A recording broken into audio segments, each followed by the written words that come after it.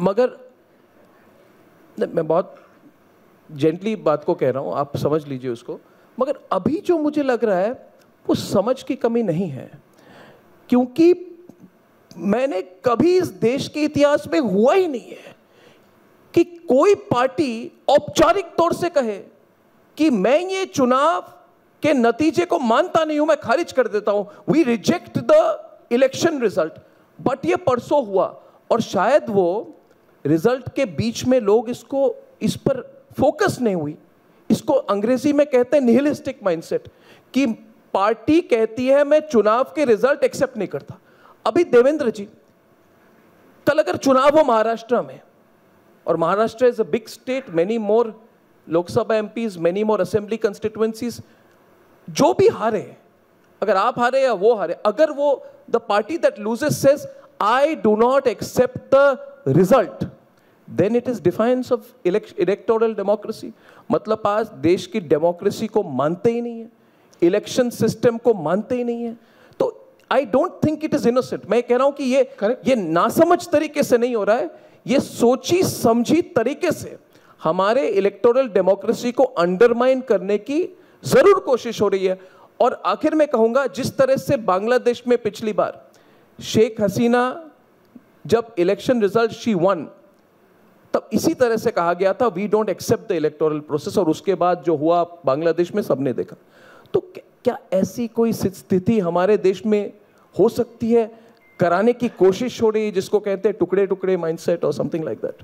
नहीं, कोशिश तो लगातार हो रही है, लेकिन भारत में ये कोशिश कभी सफल नहीं होगी, क्योंकि भारत में लोकतंत्र की जड़ें ये बहुत मजबूत है।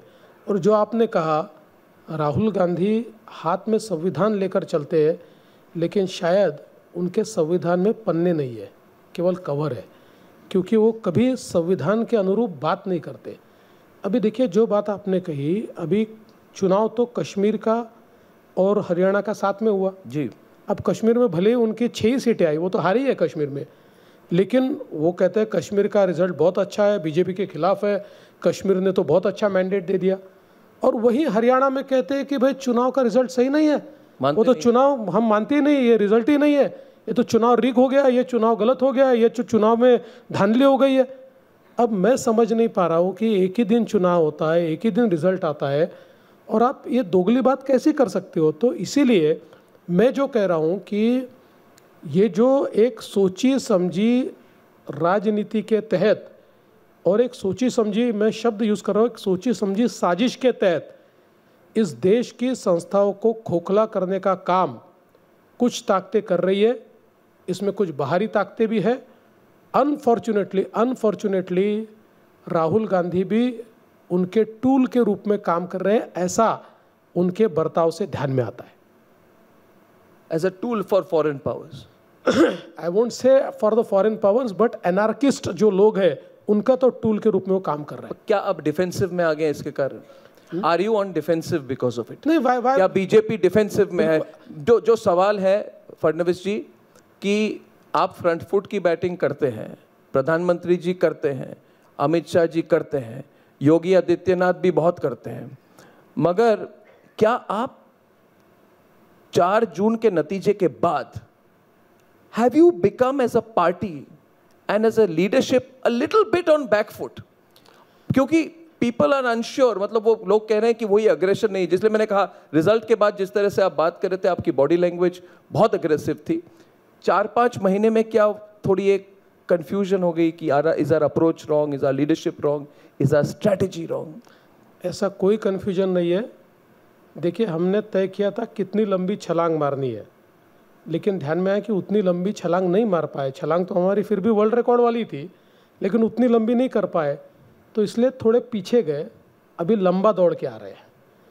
जो आपने स्कीम शुरू की है महाराष्ट्र में सब वुमेन के लिए बिटवीन एज ऑफ 21 एंड 65, तो अचानक क्यों किया आपने फडणवीस जी? क्या ये भी आपकी लंबी छलांग का एक हिस्सा है?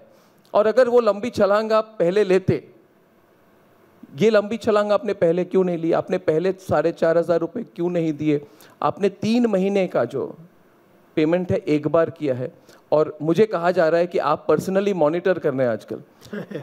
कि सब जगह हर कंस्टिट्यूएंसी में सबको आइडेंटिफाई करके बैंक में गया है कि नहीं, ये क्यों किया गया? जो श्रवण ने हमें अभी पहले पूछा था, आपकी अलायंस के एक नेता। ऐसा है कि नई सरकार में आने के बाद हम लोगों ने विमेन सेंट्रिक नीतियों की शुरुआत की, क्योंकि देश में प्रधानमंत्री जी ने लगातार ये कहा है कि विकसित भारत तैयार करना है, तो हमको जो हमारे 50% आबादी का हिस्सा है, हमारी जो महिलाएं हैं, उनको अर्थव्यवस्था के केंद्र बिंदु मानकर पॉलिसीज़ तैयार करनी पड़ेगी।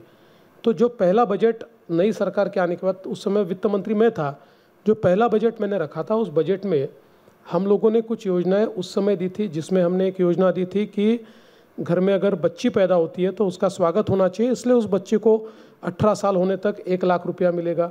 उसी समय हम लोगों ने एक योजना दी थी कि जिसके तहत हमने महिलाओं को, जो हमारा स्टेट ट्रांसपोर्ट है उसमें 50% का कंसेशन दिया। ऐसी कई योजना उस समय हमने दी थी, और उस समय भी हमारे दिमाग में यह था, क्योंकि शिवराज सिंह चौहान जी से हमारी बातचीत हुई थी, और जब शिवराज सिंह चौहान जी ने ये जो वहाँ पर योजना लाई, हाँ, और लाडली बहना योजना, और उसकी सफलता हमने देखी है, तो उसके बाद हमने शिवराज जी से बातचीत की। हम लोग उसको लोकसभा से पहले नहीं ला पाए, क्योंकि उस समय तक हमारी तैयारी चल रही थी।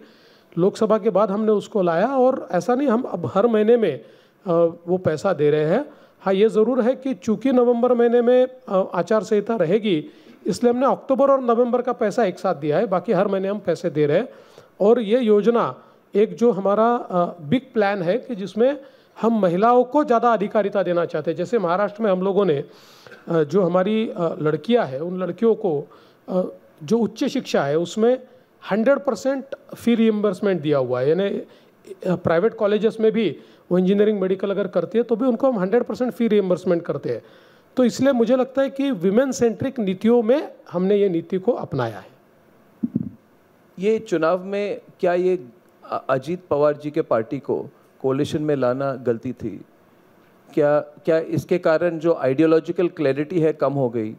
अजीत पवार कभी कभी नवाब मलिक जैसे लोगों को अपने पार्टी के मीटिंग में बुलाते हैं। मैं बहुत क्लियर, बुरा ना माने, ये सब सवाल कर रहा हूँ क्योंकि आपके साथ बैठा हूँ बहुत दिनों के बाद। मैं बुरा मानता ही नहीं हूँ। हाँ जी, तो नहीं, क्योंकि देखिए you are ideologically very clear politician Devendra ji, very clear, and you are a total nationalist.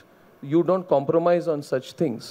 So has real politics जो कहते हैं ना, राजनीति की जो रियलिटीज़ हैं, क्या इन्होंने ओवर पावर कर दिया बीजेपी के आइडियोलॉजिकल क्लैरिटी को? आपकी जो कोर वोटर है, जो core Hindutva, pro Hindutva voter है, क्या इन चीज़ों को अप्रिशिएट करेगी? क्या इस पर रिव्यू करना ज़रूरी है?